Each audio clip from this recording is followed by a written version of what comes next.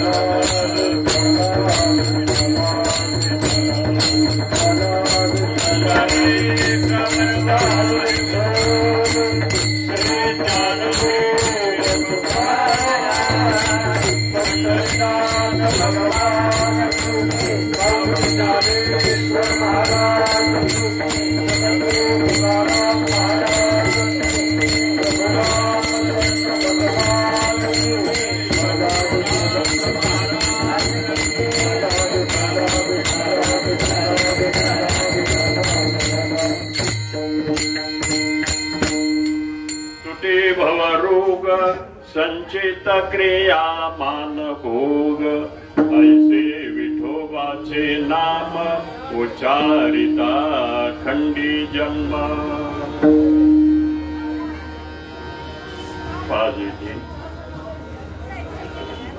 अखिल coat ब्रह्मांड नाय भगवान परमात्मा पांडुरंगाच्या कृपेनं नवनवत्या परमात्मा पांडुरंगाला भेटण्यासाठी पाहण्यासाठी आतुर झालेली ही वारकरी मंडळी प्रत्येक वर्षी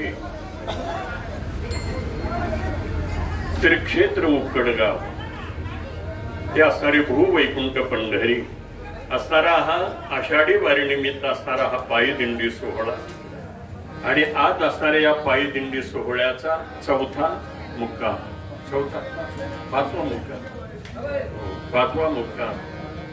आज असणारी आमची असणारी परमपूज्य आदरणीय हरिभक्तीपरायण दत्तात्रय कल्याणराव यादव आणि हरिभक्तीपरायण तुकाराम कल्याणराव यादव आज यांच्या असणाऱ्या या पवित्र प्रांगणामध्ये अशा प्रकारे हा दिंडी सोहळा त्या ठिकाणी विसाव्याला मुक्कामाला त्या ठिकाणी आहे. एवढंच नाही तर आज असणाऱ्या वारकऱ्यांचं सुद्धा ते पंगतही त्यांचीच आहे पंगत. अशा प्रकारे ते त्या ठिकाणी अन्नदानही त्या ठिकाणी वारकऱ्यांना त्यांचंच आहे. वास्तविक पाहता अशा प्रकारे त्या ठिकाणी असणारा आज म्हणून या सेवेचा त्या ठिकाणी आलेला योग त्या असणारी वाटचालीची त्या ठिकाणी असणारी कीर्तन सेवा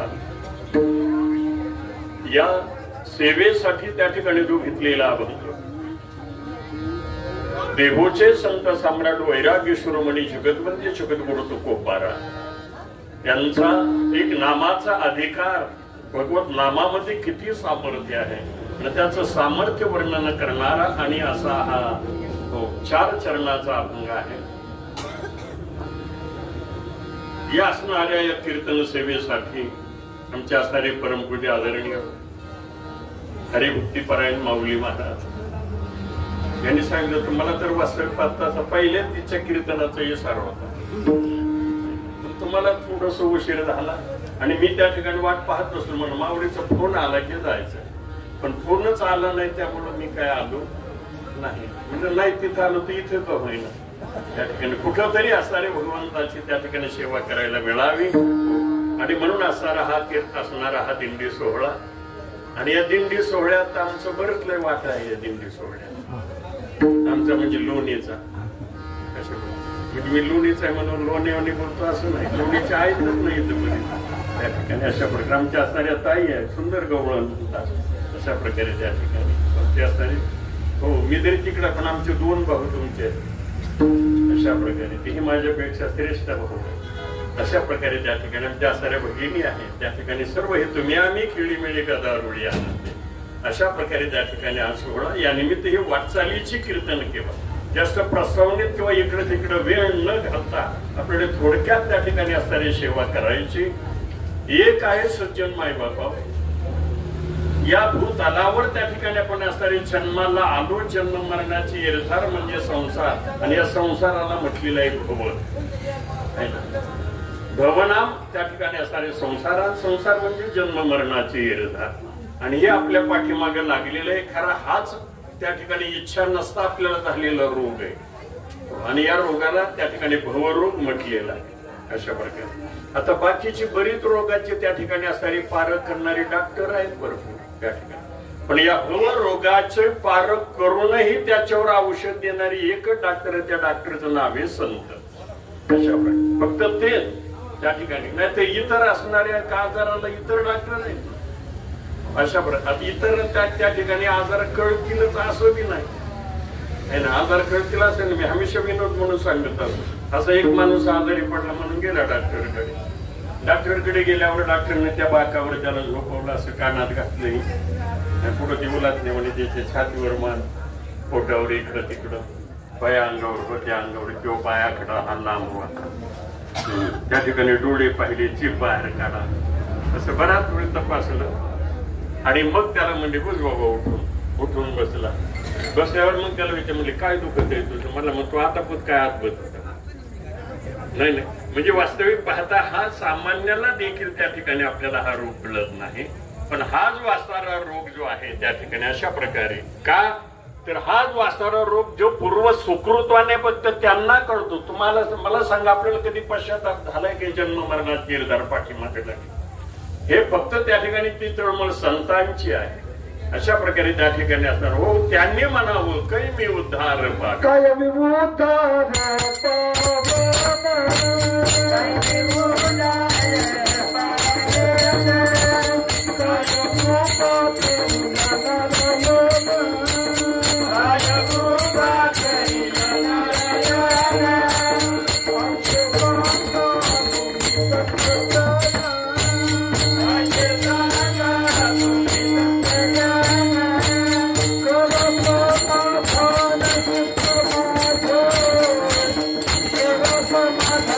Thank you.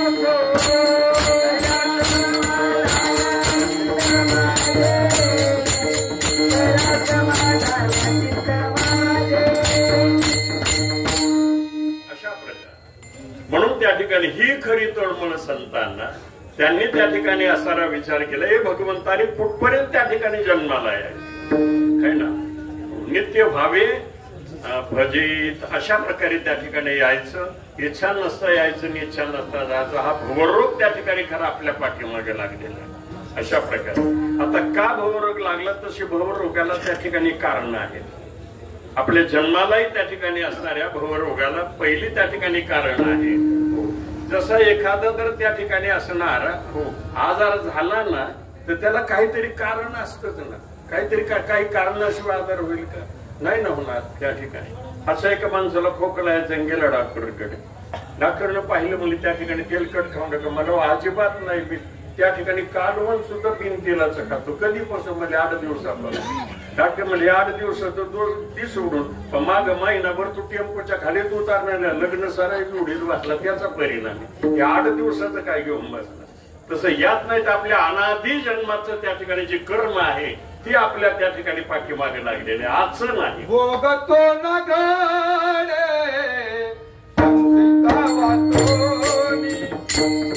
भोगतो न घडे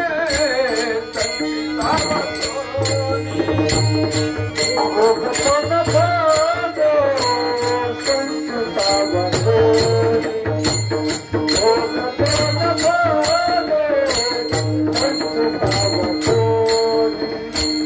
करावे मनी समाधान, करावे मनी समाधान, मनोनिया मनी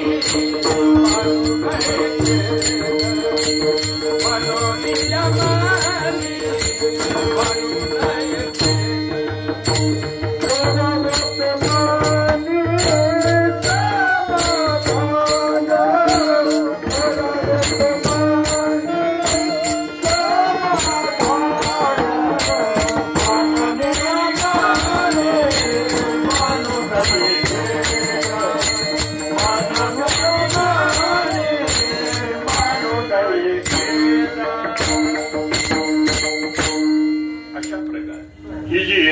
जी पाठीमागे लागली याला त्या ठिकाणी पहिलं कारण आहे त्या ठिकाणी वासना आहे.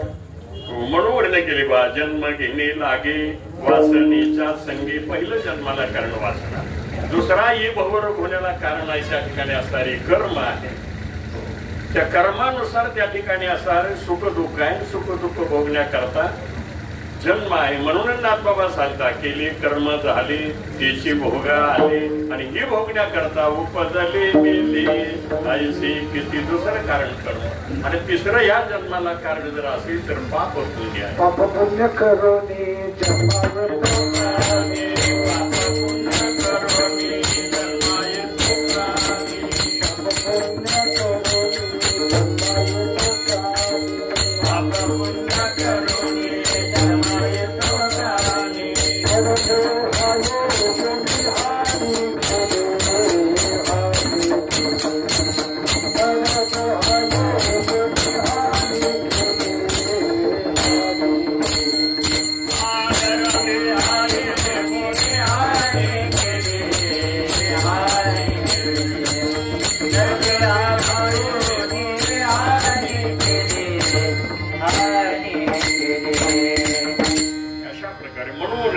पाप पुण्य एक जन्माला कारण आहे. म्हणून पाप पुण्य समान समी दैपाविजे कर्मभूमी अशा प्रकारे त्या ठिकाणी. आणि या तिन्हीच्या त्या ठिकाणी कारणामुळे आपल्याला ह्या जन्म मरणाचे रूपी असणारा भवरोग त्या ठिकाणी झालेला आहे. अशा प्रकारे हो. पण हा रोग झालाय, पण याच्यावर त्या ठिकाणी औषध त्या ठिकाणी आमच्या एका असणाऱ्या सद्ग्रस्तांना आमच्या जगद्गुरु तुकोबारायांच्याकडे गेला. महाराजांचं दर्शन घेतलं आणि विनंती केली, महाराज माझ्या पाठीमागे ही जन्म मरणाची येरधार लागली हो. म्हणून या जन्म मरणाची येरधार जाण्याकरता काय करावं म्हणून मी माऊलींना विचारलं. तर माऊलींना सांगितलं, वाचून ज्ञानी विनय के उपाय करसे जे की. एका ज्ञाना वाचून किती जरी उपाय केले, ज्ञानाशिवाय जन्म मरणाची येरधार जाणार नाही. मी ज्ञानाचा तो उत्तम अधिकारी नाही, मी एक सर्वसामान्य आहे. आणि ज्ञानाकरता उत्तम अधिकारी असावा लागतो. अधिकारात 3 प्रकारे, उत्तम अधिकारी, मध्यम अधिकारी आणि कनिष्ठ अधिकारी, त्या अधिकाऱ्याप्रमाणे त्याच्या बुद्धीचा विकास होत असतो. त्या ठिकाणी बुद्धीच उत्तम अधिकाऱ्याची बुद्धी तेच असते, त्याला त्या ठिकाणी कर्पूर बुद्धी म्हटलेलं आहे. त्या ठिकाणी असताना मध्यम अधिकाऱ्याची आणि गौर बुद्धी असते आणि कनिष्ठ अधिकाऱ्याची शेण बुद्धी असते. बुद्धीचे 3 प्रकार आहे, कर्पूर बुद्धी, गौर बुद्धी आणि शेण बुद्धी. याचं उदाहरण असं, समजा कापूर पेटवायचा, किती काड्या ओढावा लागतात? 1 काडी ओढली की कापूर पेटतो. आणि गौरी पेटवायला किती ओढावं लागते? बरं, तर किती ओढलं तरी कापरावाने पेटायचे, जरी पेटली तरी तुपत, त्याचं नाव तुपत गौरी. आणि तुपून जळते त्याला गौरी म्हणत. बरं, गौरी कशाची होती? शेणाची. शेण पेटवायला किती काड्या वाढावं लागतात? असे किती महाराज उघडून पिले तरी म्हणजे त्या ठिकाणी, कारण की त्याला शेण बुद्धी म्हटले. तसा उत्तम अधिकारी त्याची असणारी कर्पूर बुद्धी असते. त्यावेळी त्याने सांगितलं, महाराज मी तर ज्ञानाचा उत्तम अधिकारी नाही. माऊलीने सांगितलं, ज्ञाना वाचून जन्म मरणाची इरझार जात नाही.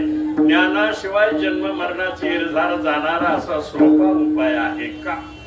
असं ज्यावेळेस त्या ग्रस्ताने विचारलं त्यावेळेस तुकोबाराने त्याचा अधिकार जाणला. अरे हा कनिष्ठ अधिकारी आहे, हा नामाचा अधिकारी आहे, हा ज्ञानाचा अधिकारी नाही. म्हणून त्याला जन्म मरणाची इरझार जाण्याचं त्या ठिकाणी उत्तम उपाय सांगितला तुकोबाराने अभंगाच्या 2ऱ्या चरणामध्ये.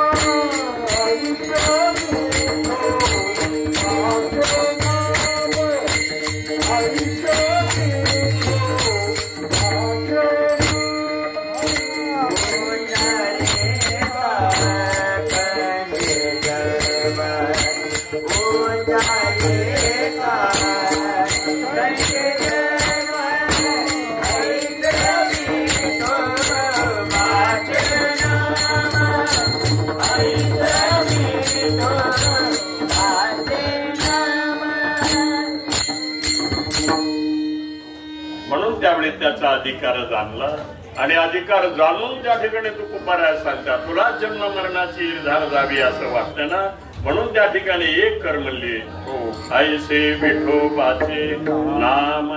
त्या नामात त्या ठिकाणी एवढी शक्ती आहे. उच्चारिता खंडे जन्म, भगवंताचं नाम घ्यायचं आणि जन्म मरणाची इरझार खंडून, एवढा रोकडा व्यवहार आहे. म्हणून तो तुकोबाराय सांगितलं, मुखी नाम हाती मोक्ष आईशी साक्ष बहुत आहे. रोकडा व्यवहार आहे, उधार वायदा नाही. त्या ठिकाणी मुखात नाम की हातात मोक्ष. अशा प्रकारे त्याने आईशे विठोबाचे नाम. त्यावेळी तो ग्रस्त म्हणला, महाराज माऊली सांगतात ज्ञानाशिवाय जन्म मरणाची इरझार जात नाही.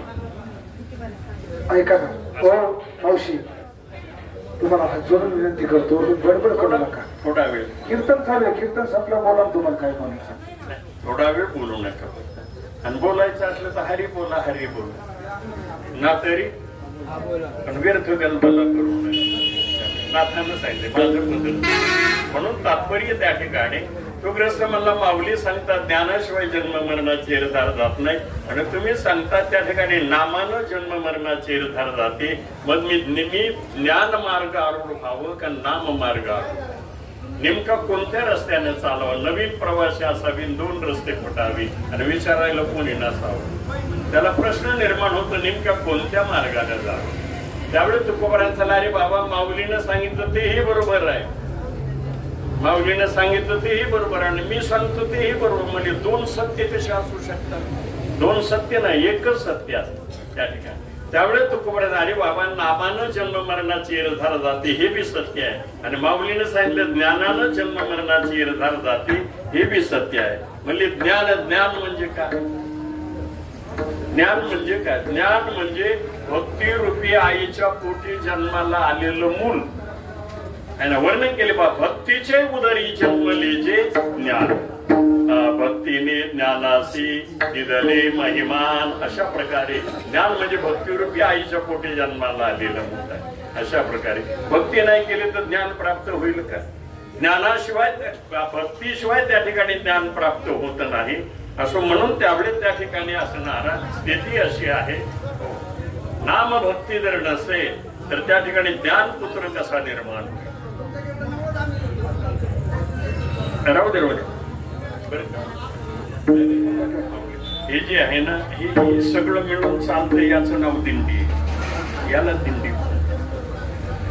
म्हणून असं. म्हणून त्यावेळेस त्या ठिकाणी त्यांनी असणारी विनंती केली, अरे बाबा, भगवंताचं नाम ही भक्ती आहे आणि तो नाम भक्ती करतो तिथं ज्ञानपुत्र निर्माण झाल्याशिवाय राहत नाही. अशा प्रकारे पण आपली स्थिती कशी झालेली आहे हे विनोद म्हणून उदाहरण सांगतो बरं का. असा एक ग्रस्त देवीच्या मंदिरामध्ये गेला आणि देवीची आराधना करायला सुरुवात केली. 1 महिना अनुष्ठान केल्यावर देवी प्रसन्न झाली. विचारलं देवीने, म्हणले बाळ काय तुझी इच्छा आहे? मी प्रसन्न झाले. त्यावेळी त्याने सांगितले, काय नाही, एकच इच्छा आहे, गुणवान असा एक पुत्र व्हावा अशी माझी इच्छा आहे. अवगुणी किती झाली त्याचं काय कामाचं? माणसाची मने एक ना धड, आणि तसं त्या ठिकाणी एकच पुत्र व्हावा पण गुणवान व्हावा. देवीने आशीर्वाद दिला, काय हरकत नाही, तथा असतो म्हणते, गुणवान पुत्र होईल, जा म्हण. त्याला आनंद वाटला. आता घरी पाहता पाहता त्या ठिकाणी 4 महिने 6 महिने वर्ष झालं, 2 वर्ष 3 वर्ष झाले, पण पुत्र प्राप्ती होईना. पुन्हा मंदिरात गेला, पुन्हा अनुष्ठानाला सुरुवात केली. पुन्हा देवी प्रसन्न झाली. विचारलं देवीने, बाळ आणखी काय पाहिजे तुला? म्हणलं आई आणखी नाही, पहिला तुम्ही आशीर्वाद दिलेला अजून तेवढंच पुरा झाला नाही. देवी म्हणले, काय आशीर्वाद दिलता? काय नाही, पुत्र व्हावा अशी मी इच्छा केली. म्हणजे म्हणले पुत्र झाला नाही? म्हणले नाही. देवाने माझा आशीर्वाद कधी खोटा? मला आशीर्वाद दिलेले किती वेळ झाले? म्हणजे 3 वर्ष झाले. 3 वर्षात पुत्र नाही? म्हणजे नाही. देवीने विचारलं, पण तुझं लग्न झालं किती वेळ झाले? मला व्हायचंय म्हणणार. देवी म्हणली, वेडपट हे कार्य मुलाची इच्छा करतो म्हणजे त्याला अगोदर आई असली पाहिजे ना. दृष्टांत द्या सोडून. प्रत्येकाला वाटतं मला ज्ञानपुत्र झाला पाहिजे, पण भक्ती आई आहे का हे शोधा ना. विना भक्ती आईचा ज्ञानपुत्र जन्माला येईल कसा? आणि भक्ती म्हणजे भगवंताचं नामस्मरण आहे. अशा प्रकारे असं जो भगवंताचं नामचिंतन करतो तिथं ज्ञानपुत्र निर्माण झाल्याशिवाय राहत नाही. विठ्ठल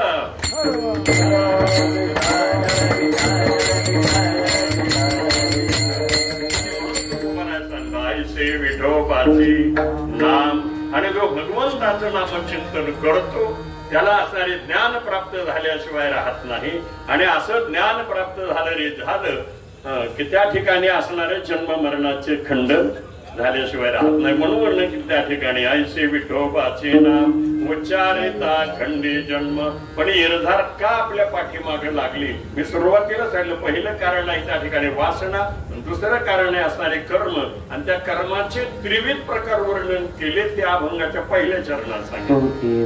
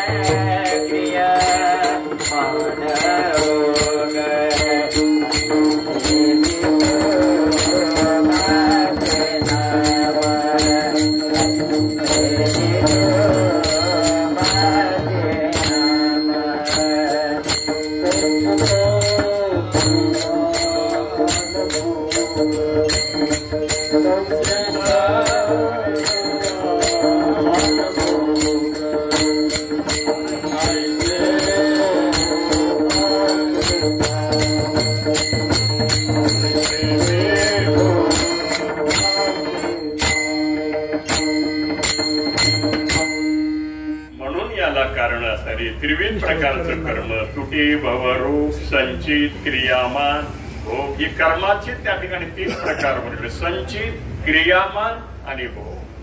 अनेक जन्माचं कर्म त्याचा साठा त्याला म्हणायचं संचित, आणि सध्या वाट्यावर आलेलं त्याला म्हणायचं क्रियामान, आणि उद्या करता शिल्लक राहिले त्याला म्हणायचं भोग.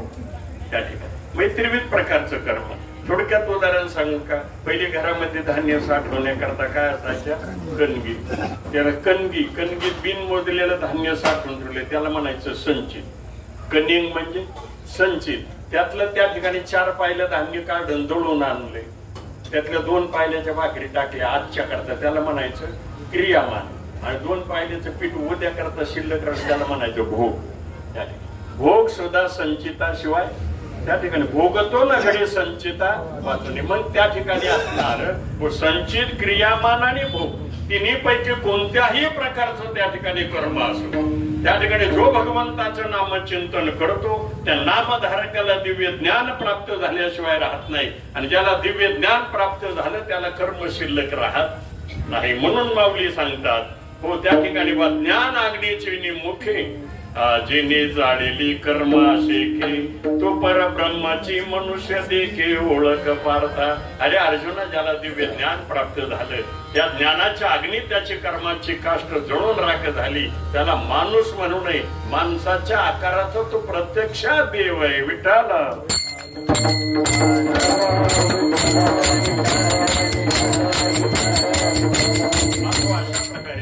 म्हणून नामानं त्या ठिकाणी जन्म मरणाची निर्धार खंडन होते.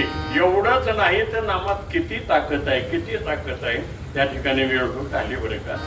किती ताकद आहे त्या नामानं. नुसती निर्धार खंडन होईल किंवा कर्माचा विल्हेवाट लागणे एवढंच नाही, तर त्या भगवत नाम चिंतनात पाप ताप सुद्धा राहत नाही. हे 3ऱ्या चरणात शके पाप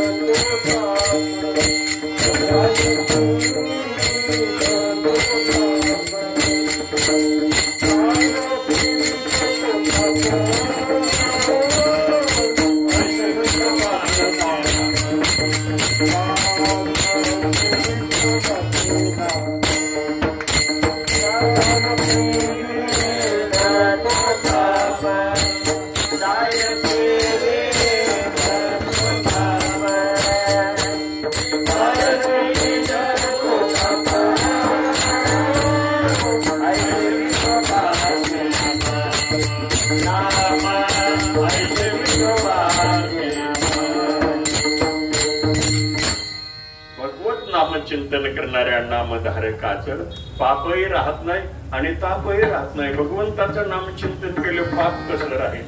अहो एवढं नाही, अनेक जन्मातलं पाप असू द्या है ना. एवढा पापी आज आम्ही आहे ना. फक्त नारायण नारायण त्या ठिकाणी नामस्मरण केलं. बरं, नारायण त्या ठिकाणी असणारे नामचिंतन केलं की देवाचं नाव घेत होतो का मुलाला हाक मारत होता? मुलाचं नाव होतं नारायण है ना. पुत्र लोभी पापी म्हणे नारायण, त्यावर नव्हे आजा मेळ पापी वदे पुत्र कामी, दया मुक्ती नारायणाचे विना, शुकाकारणे कुंडने रामवाणी, मुखे बोलता कीर्ती झाली पुराणी. असे पाहता त्या ठिकाणी असणाऱ्या नारायण नारायण हे नाव मुलाच्या निमित्तानं आहे. कारण मरण काळ जवळ आल्यानंतर धाकटे मुलाचं नाव होतं नारायण, म्हणजे धाकटेवर जास्त प्रेम असतं. त्यावेळी त्याला नारायण नारायण म्हणून हाक म्हणा. माझा भगवान एवढा त्या ठिकाणी आपल्या नामाला मोहित झालेला आहे. अशा प्रकारे हो त्यावेळी त्यासाठी भगवान विमान घेऊन आले है ना. त्यासाठी विमान पाठवले अशा किंवा असणारे कुंटणी वेशा, त्या वेशानं पोपट पाळलेला होता. त्या अंथरुणावर पडली, त्याचा अंत काळ जवळ आला आणि पिंजऱ्यामध्ये तो असणारा पोपट पाहिला. आता या माझ्या राघव, पोपटाला राघव म्हणतात. माझ्या राघवाचं कसं होईल, माझ्या राघवाचं कसं होईल. राघव राघव म्हणता प्राण सोडला. देव विमान घेऊन आले. आता मला ही शुका कारणे कुंटने रामावण, ती कुंटीने वेशा असणारी शुकाप, शुक म्हणजे पोपटाकरता राघव म्हणत होते, पण माझा भगवान एवढा नामाला मोहित झालेला आहे, हो त्यासाठी त्या ठिकाणी भगवान अशा प्रकारे. मग एवढा पापी असणारा त्यांचा सुद्धा उद्धार अशा प्रकारे. आता आपल्यापैकी कोणाचे 7 रान तर भरलेली नाही, पण वाल्मिक त्या ठिकाणी वाल्या कोळ्यासारखा 7 रान भरणारा सुद्धा हो, पण भगवत नामानं त्या ठिकाणी पाप मुक्त झाले. अशा प्रकारे भगवत नामचे तर पाप राहील कसं न गेले बा, पाप कोठे राही हरी आठविता. भगवंताचं नाम चिंतन केले पाप कसं राहील. हो त्या ठिकाणी म्हणून माऊली दृष्टांत देतात, तृणाग्नी मिळे समरस झाले तैसे नामे केले जपता हरी. त्या ठिकाणी जसं गवत आहे अग्नी लावलं तसं गवत राहत नाही. अशा प्रकारे दृष्टांत बरं का. मुंबई सारख्या ठिकाणी राहणारा जावई खेड्यातली सासरवाडी दिवाळी सणाला आलं गावाकडे. आल्यावर दिवाळी म्हणजे हे दिव्याचा सण ना, चोकडं गरुगड दिवे लावलेले अशा प्रकारे. आता शहरात राहणारे फक्त बल्ब आले त्याला दिवात माहित नव्हतं. मला हे काय दिवे मेवण्याला वाटलं आपले मेवणे विचारतात काय कशाला कमीपणा म्हणले, तुम्हाला माहित नाही काय काय म्हणजे अजिबात नाही. काय आहेत मला हे सूर्याची पिलं येत मला सूर्याची पिलं मला आताशी खेडेरे आले तर अजून शहरात नाही आलेले म्हणलं. त्याला वाटले सूर्याची पिलं काय चांगली आहेत मला, आपल्या मुंबईला 1-4 घेऊन जाऊ पण हलक्यावर यांना मागावं तरी कसं काय. तर मला काय असो पण सूर्याचं पिलं मुंबईला घेऊन जायचं मला. आता कवत कसं न्यावं संध्याकाळी जेवले झोपले पण याला कुठं झोप येते. त्याने काय केलं, एक सूर्याचं पिलं उचललं आणि पुढं तरी लपून ठेवा. कुठं लपून ठेवा, शेजारी गंज होतं, गंजीची आठ नेऊन.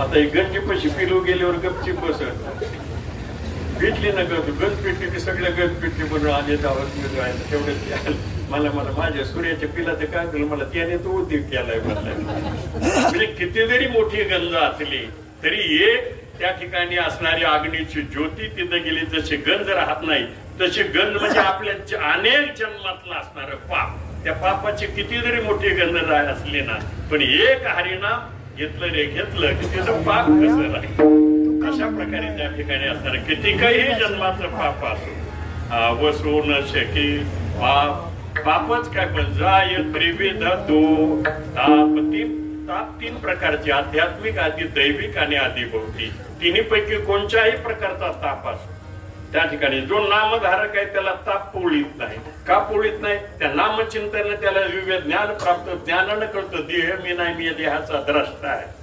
म्हणजे तापाचा देहाचा संबंध आहे का तापाचा आणि आत्म्याचा संबंध आहे, देहाचा संबंध आहे त्या ठिकाणी. आणि मला देहाचं करायचं काय, देह जावं अथवा म्हणून त्या ठिकाणी तापही त्याला पोळीत नाहीत. अशा प्रकारचा त्या ठिकाणी एवढा मोठा अधिकार त्या नामधारकाचा आहे. आणि म्हणून अशा नामधारकासमोर माया श्रुता दाशी होऊन पाया लागते शेवटच्या चरणात. Oh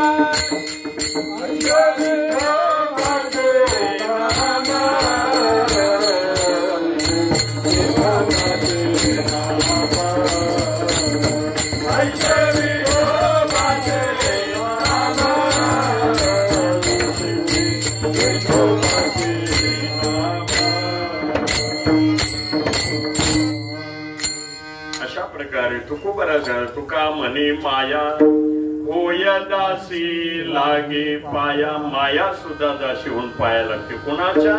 आईसे विठोबाचे नाम. एवढं जर त्या भगवत नामा शक्ती आहे म्हणून एकदा सर्वांना त्या भगवंताचं भजन करा. हरी विठोबा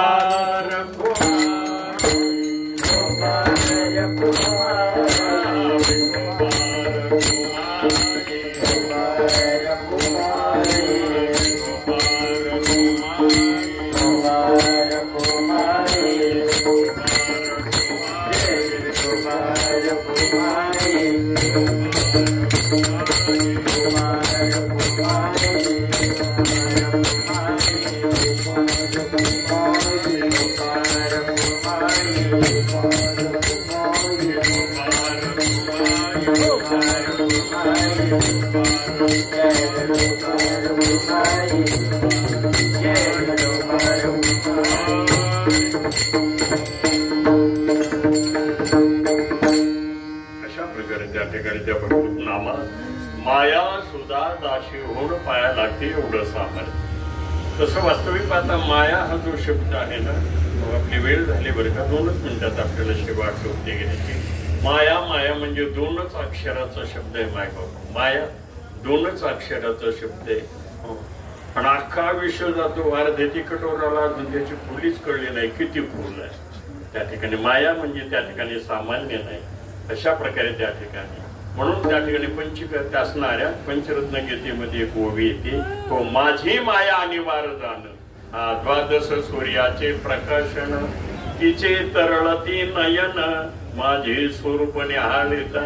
एवढी त्या ठिकाणी माया अनिवार्य आहे. पण ही माया दासी होऊन त्या ठिकाणी पाया लागते. अशा प्रकारे मायेचं वर्णन त्या ठिकाणी करताच येत नाही. भागवतामध्ये त्या ठिकाणी वर्णन येतं बघा. ज्यावेळी जनक राजाचं यज्ञ चालू असता 9 नारायणाचं आगमन झालं त्यावेळी जनक राजानं 9ही नारायणाची पूजा आदरातिथ्य केलं आणि मग त्यांना प्रश्न विचारले, आपली शंका विचारली. त्यावेळेस 9 नारायणानं जनक राजाच्या शंकेचं समाधान केलं. त्यावेळेस 9 नारायणापैकी अंतरिक्ष नारायणानं हाच प्रश्न विचारला होता जनकाला. हो माया म्हणजे काय आणि तिचं निवारणही सांगा. त्यावेळी अंतरिक्ष नारायण म्हणले, राजा अरे नाही ते विचारलं काय सांग बरे म्हणले तुला. म्हणून अंतरिक्ष म्हणे राया तुवा पुसली हरीची माया. तुझा प्रश्नाची गेला वाया. बोलणे नये आया बोलक्याचे. अरे नाही ते विचारलं काय सांगू म्हणजे माया नाही तर काय वर्णन करावं त्या ठिकाणी. अशा प्रकारे पाहू गेले तर नाही म्हणावं तर आपण शेंडी सकट उडाल की तिच्या. नाही म्हणावं तर कारण सगुण साकार सादृश्य नाही. अशा प्रकारचे असणारे माया पण किती पाठीमागे लागलेले. अशा प्रकारे तुकोबरा सांगा बरी केली देवराया पाठी लावली समाया हक्कीच भर पोटासाठी पहा केवडे आता ती. अशा प्रकारे पोट मोठे आणि मला हिंडविते दारोदार हे सगळं मायेचा खेळ आहे. अशा प्रकारचे असणारे हे माया. अशा प्रकारे त्यावेळी नाथ बाबा त्या ठिकाणी वर्णन करतात. त्यावेळी ते असणारे अंतरिक्ष नारायण म्हणतात राजा मी सांगतोय कृती जर आचरणात आली तर माया त्याला जाऊन विचार म्हणजे माया कुणाला विचार. त्यावेळी त्यांनी वर्णन केले बा जाती बारीक दळावा वारा अश्वतरंगे आकाश चेरा नपोसकाची नातवंडे घरान सूर्योदय अंधार नको आली. हे जर कोणी पाहिलं असेल तर माया त्याला जाऊन विचार म्हणून सोपं करून सांगतो. जाती बारीक वारा जर कोणाला जातीवर तळता आलं तर त्याला जाऊन विचार. दुसरं काय म्हणजे घोड्याचं शिंग घ्यायचं ना अक्का चिरायचं हे जर चिरता आलं तर माया त्याला जाऊन विचार. एकदम मला आमच्या गावात एक नपुसक राहतो त्याचे नातवंड आमच्या घरी येऊन लपले. मला कधी लपले मला सूर्योदय झाला अंधार पडला तेव्हा येऊन. आता सूर्योदय झाल्यावर अंधार नाही. नपुसकाला नातवंड नाही घोड्याला शिंग नाही वारा चिरता येत नाही आणि वारा दळता बी येत नाही. अशा प्रकारे म्हणून मायाही सांगता येत नाही. अशा प्रकारची असणारे माया पण आपल्या मात्र पाठीमागे हातपाय धुवून लागलेले. अशा प्रकारे आणि म्हणून मायेतून जर सुटायचं असलं तर त्यालाही तेवढाच उपाय कोणता आईसे विठोबाचे नाम. म्हणून फिरवीतून कर्मातून सुटायचं असलं तरी भगवंताचं नाम. जन्म मरणाच्या निर्धारीतून सुटायचं असलं तरी भगवंताचं नाम. पापातून सुटायचं असलं तरी देवाचं नाम. तापातून सुटायचं असलं तरी देवाचं नाम. आणि मायेच्या कचट्यातून सुटायचं असलं तरी देवाचं नाम. अशी एक जाहिरात आहे बा दुखणे अनेक पण इलाज एक. तसे अनेकही प्रकारचा व्यापन एक भगवत नाम चिंतन केलं रे केलं ते सगळ्या व्यापातापासून त्या ठिकाणी मुक्त करणार हे असणारे भगवंताचं नाम आहे. आणि असा हे भगवत नामरूपी असणारे औषध आपल्याला ज्या संतानं सांगितलं हो त्यांचं भजन करा.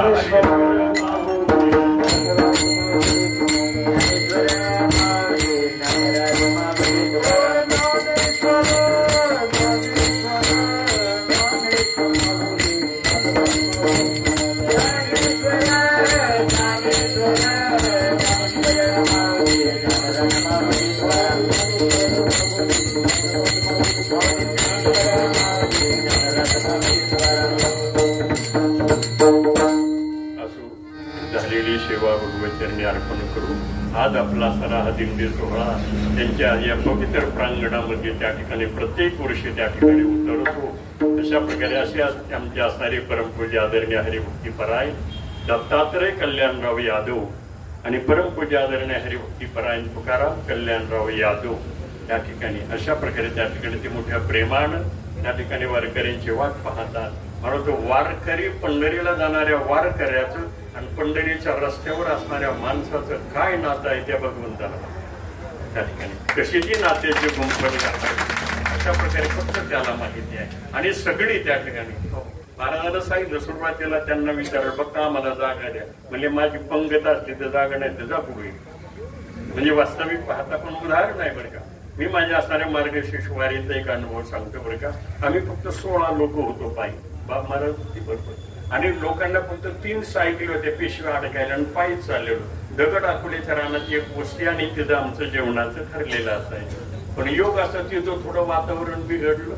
आता त्यांच्या घरातलंच माणसात माणूस राहिलं नाही. त्यांचा मुलगा एक पेलेला घरातल्या डाळीन डबी सगळे रस्त्यावर टाकले भांड्यावर टिकाव टाकले. तिथं आपलं काय माणसाचं म्हणे खिरे सराटा आहे ना तसं त्या ठिकाणी वारकरी आमची सायकलवाली रस्त्यावर आली म्हणजे आपली आज काय येते सोय नाही. नाही म्हणलं चला जाऊ दगड अकोल्यात आपल्याला काय वारकऱ्याला कुठे 2 त्या ठिकाणी भाकरी मागू त्याचं कुठं शेंगदाणे घेऊन खाऊ नाविलाजे. पण मनात विचार केला 16 जण उपवाशी आता काय करावं असं त्याचं चिंतन करीत चाललो. तेवढ्यात एक माणूस रस्त्यावर आलो म्हणलं ओ वारकरी इकडे जेवायला.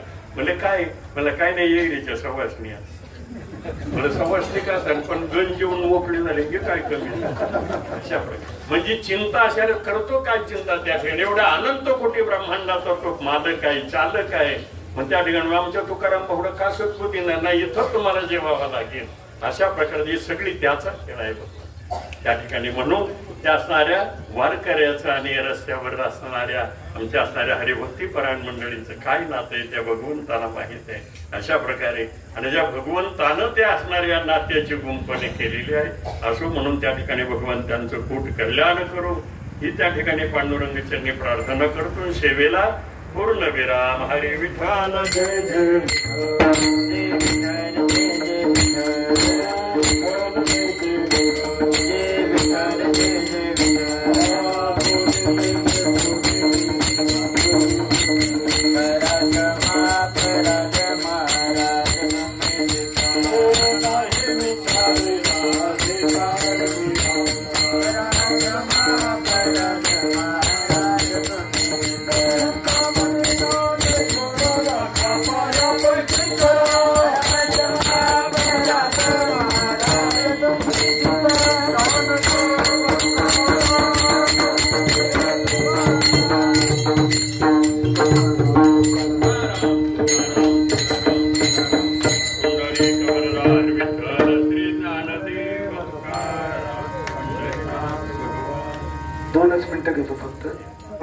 तर मंडळी आजचं कीर्तन कसं वाटलं नक्की सांगा कमेंट करून. आणि व्हिडिओ आवडला असेल तर लाईक करा, शेअर करा आणि चॅनलला देखील सबस्क्राईब करा. तर आता आपण भेटूया पुढच्या व्लॉग मध्ये. तोपर्यंत बाय बाय.